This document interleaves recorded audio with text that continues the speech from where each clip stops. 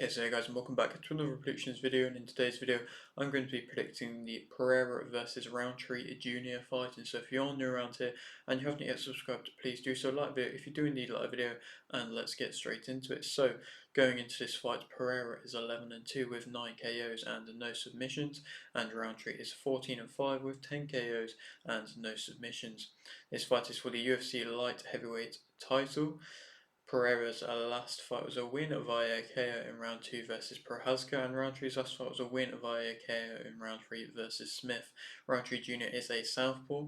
Pereira is 37 and Rountree Jr. is 34, and he's been in the UFC since 2016. And to speak a bit more about what I've just been saying, like I mentioned, this UFC light heavyweight title is on the line. Pereira back again, seemingly becoming this bit of a face of UFC at the moment, and realistically, perhaps in a time where it was needed. I mean, when you think about some of the biggest names around in the UFC, you kind of think about your McGregors, your John Jones, your Habibs, and fighters like that. And of course, Habib's retired not too long ago, but I mean, quite a bit ago now. And then also McGregor's really not been fighting at all, and then John Jones has really not been fighting that much. So it's needed a time in which a fighter's kind of had to come in and step up and become this name, and like I say, become this bit more of a face. And arguably you would have to say that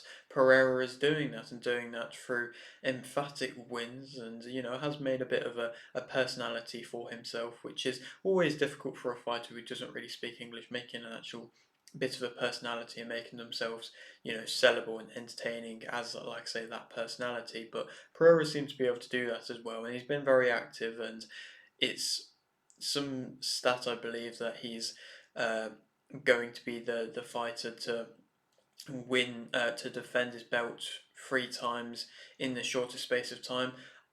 Not necessarily sure the actual date or anything like that, or like the days or anything like that, but that's from what I've read about. That's what I believe is the case. And so, yeah, like I say, it's full credit to Pereira. He's on an absolute tearing spree at the moment, looking deadly with every performance, scary pretty much with every performance. And then fighters like Prohaska are basically saying that he has kind of like demons and things like that, and the gods are on his side and things like that. So fighters are saying things like that because of how good, how destructive, how just unstoppable it seems like Pereira has been as of recent. And obviously, moving up to light heavyweight has just been arguably the best decision for his career. I mean, obviously, he was at middleweight, he was fighting well, he was destroying a lot of opponents, but after the Adesanya loss, his body naturally did have to move up to light heavyweight. And there's a lot of fighters that are already kind of talking for him to move into the heavyweight division already. But I think I am a fan of him wanting to stick around. Obviously, he's huge for the light heavyweight division still, to be honest, but I am, like I say, a fan of him wanting to kind of defeat all comers and things like that. Obviously, Ankalaev is a fighter who could have been named as an opponent here, so it is quite surprising that Rountree Jr. is given as that. I mean, Pereira, I believe, said they wouldn't even fight until December, so to see him back fighting in October is a bonus in itself. But like I say, it's surprising to see that Rountree Jr. is the opponent. He was meant to fight Jamal Hill for the title, I believe a bit earlier on in the year, or whenever Jamal Hill was the champion, and he had some sort of drug test come positive and things like that, and so his opponent, he was withdrawn from the fight and things like that. And so it was weird to see that he is now able to be back fighting and everything like that. And imagine that everything on that drug kind of testing side has been all cleared up and things like that. But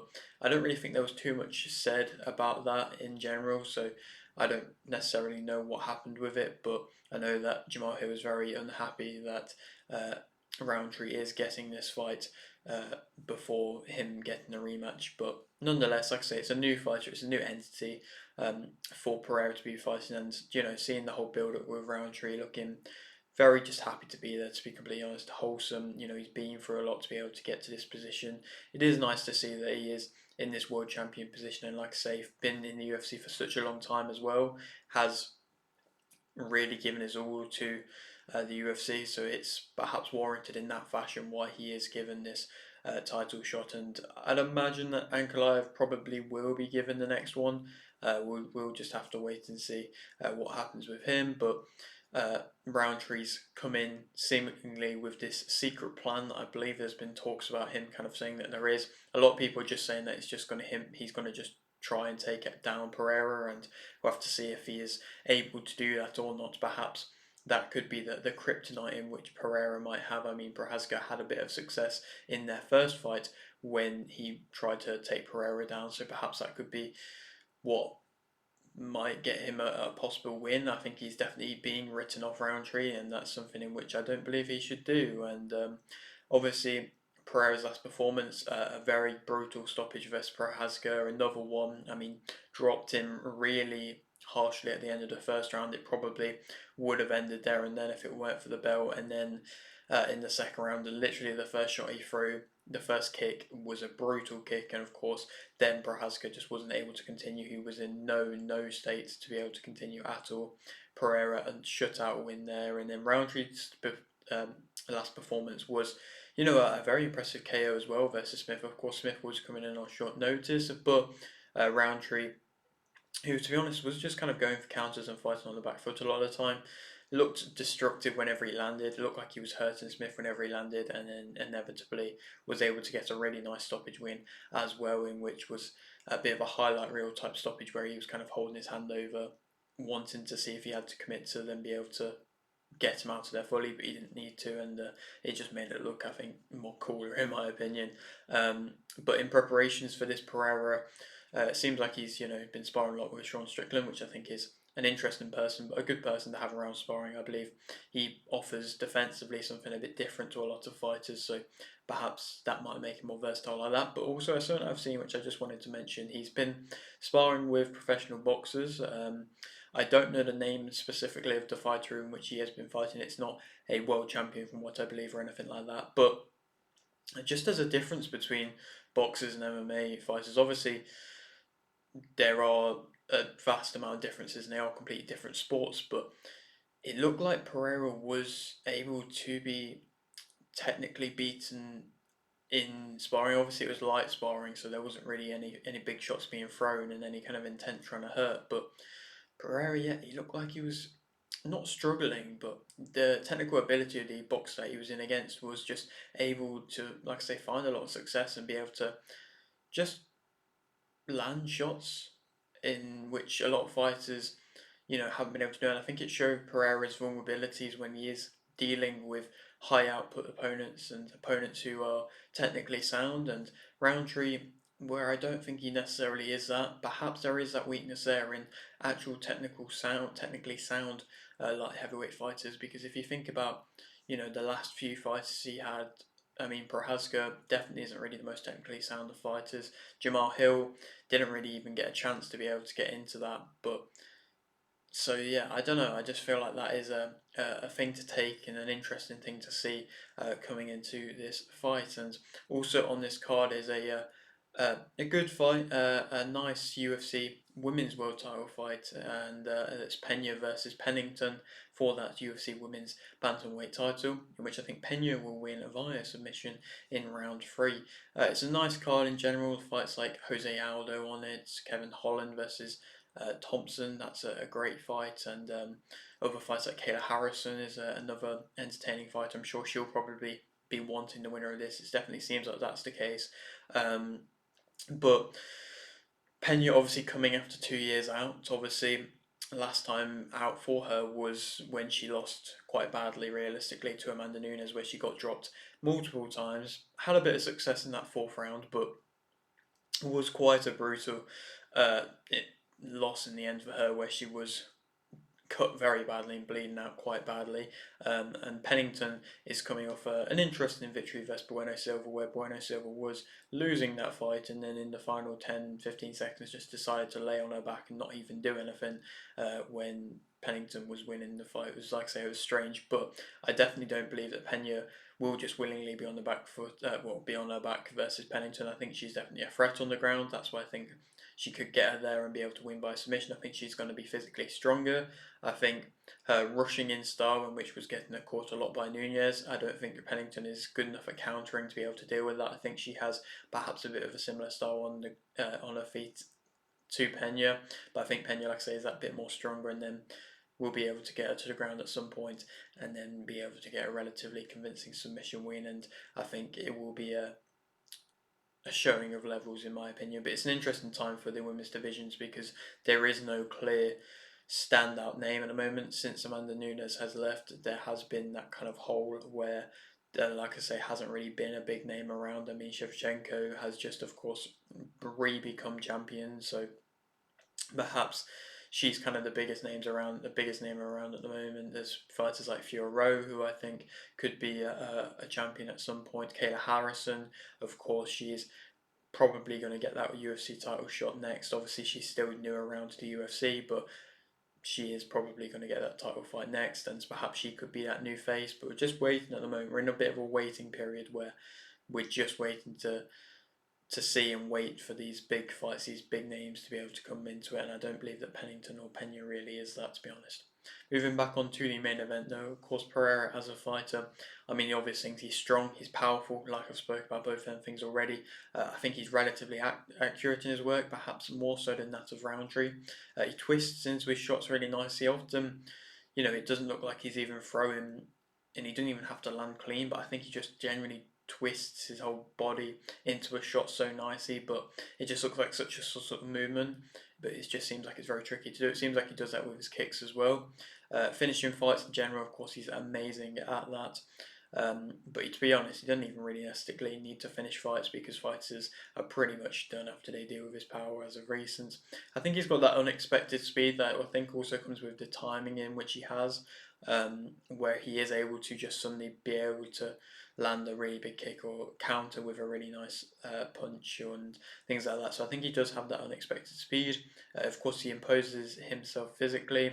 He has that momentum with him. Like I say, he doesn't seem to respect any opponent he's in against. He punches through any sort of guard, and a lot of powerful punchers, you see them just not be able to not respect opponents and just literally force their punches through any sort of defense in which their opponent has. He seems like he's quite relaxed. I think in general he's very good at resetting after, even if he gets caught with a shot or he gets pushed onto the back foot a little bit. I think he is able to reset and be relaxed and be able to get back to the centre of the ring, centre of the cage if needed.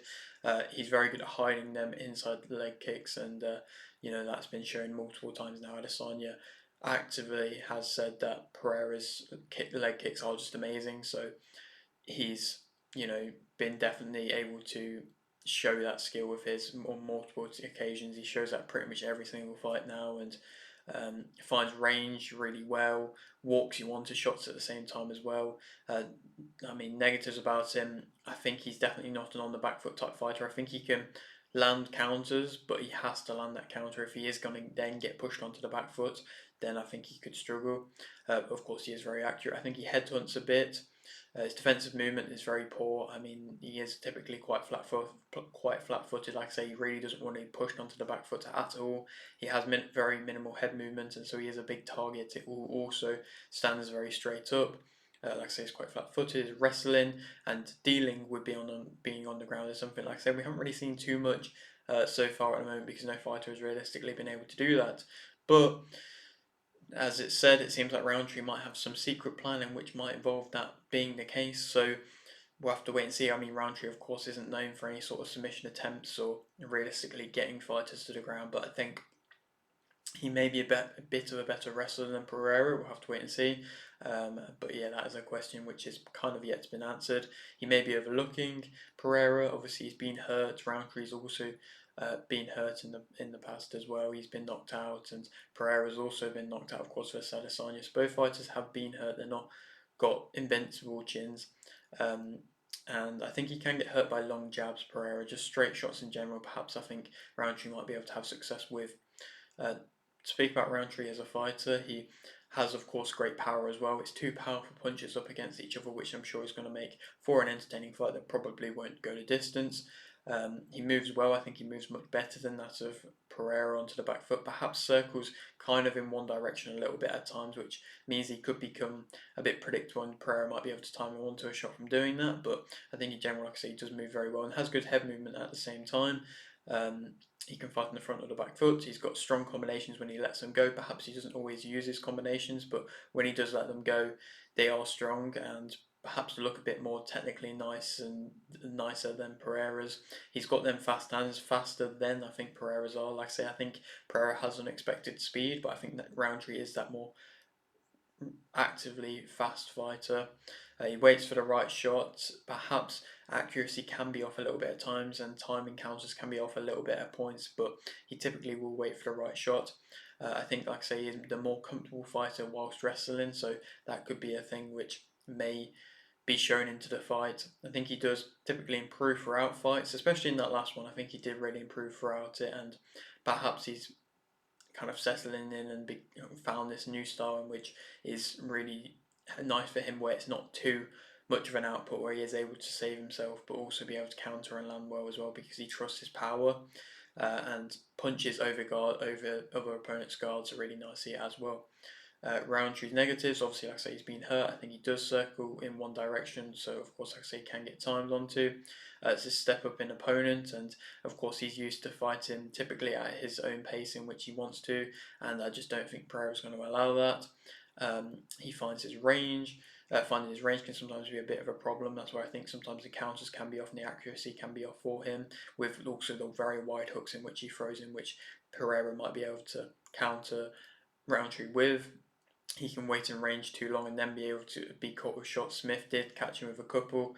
He flings out a jab, sometimes a bit of a wasted jab. Uh, Willing to be on the back foot and invite that pressure, in which Jamal Hill was as well, and that really didn't go well for him. So it's difficult when you are just going to invite pressure versus somebody like a Pereira.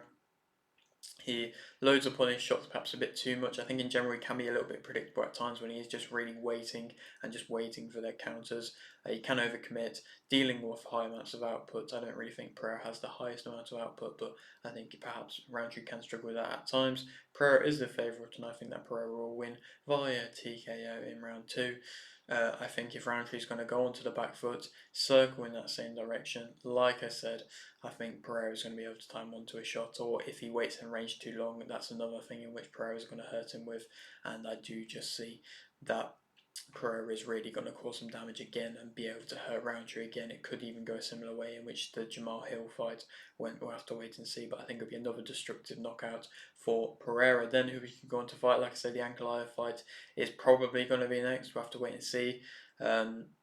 What happens with him, but that is of course kind of the biggest name left in the light heavyweight division, in which Pereira hasn't fought. I mean, other than that, you kind of look down the division and you think, you look at fighters like Ulberg or Uzdemir and think, they're fighting. Perhaps that could be a fight in which could be made for Pereira if he really, really wants to try wipe out everybody in the light heavyweight division, and then perhaps moving up into heavyweight and fighting Aspinall. But I just don't think that's happening quite yet.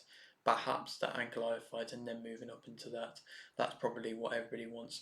But yeah, that's it for today's video. I hope you did enjoy. Like the video if you did indeed like the video, subscribe if you're new, and thanks for watching.